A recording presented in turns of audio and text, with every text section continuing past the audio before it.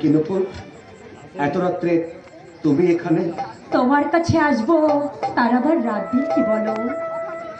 লোক লজ্জা বলে একটা কথা আছে নুপুর, তা বললে কি চলে? পলাশ, আজ আমি লজ্জা, মান, ভয় আমি সবই কিছুর বাইরে এসে দাঁড়িয়েছি। নুপুর, তুমি আমাকে সবই কিছুর বাইরে টেনে এনেছো।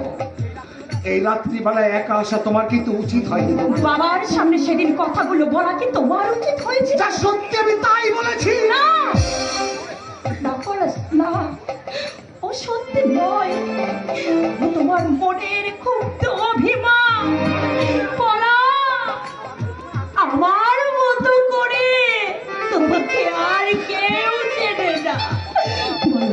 বলো না পলাশ, বলো না, এমন সর্বনাশা অভিমান তোমার কেন হলো? প্রশ্ন করো না,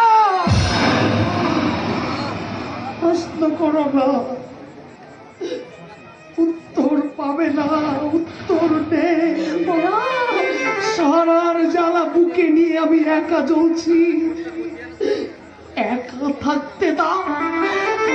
আমি তোমার সবই কিছুর সমান অংশীদার।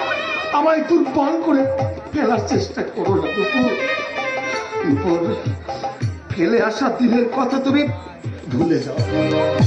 মনে করো বললেই কি মনে করা যায় পলাশ? তোমার আমার মাঝে যা কিছু ঘটেছিল মনে করো সেটা একটা দুঃস্বপ্ন মাত্র।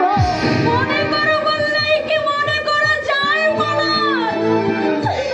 মনের দাগ চলের দাগ নয় পলাশ। নুপুর, নুপুর, তুমি তুমি বাড়িতে যাও। তাড়িয়ে দিচ্ছ? নুপুর, একা যাওয়ার জন্য কিন্তু আমি আসিনি পলাশ। তাহলে আমি তো নিয়ে যেতে এসেছি। কোথায়? দূরে দূরে কোনো দেশে, যেখানে আমাদের মিলনের মাঝে কোনো বাধা এসে দাঁড়াবে না পলাশ।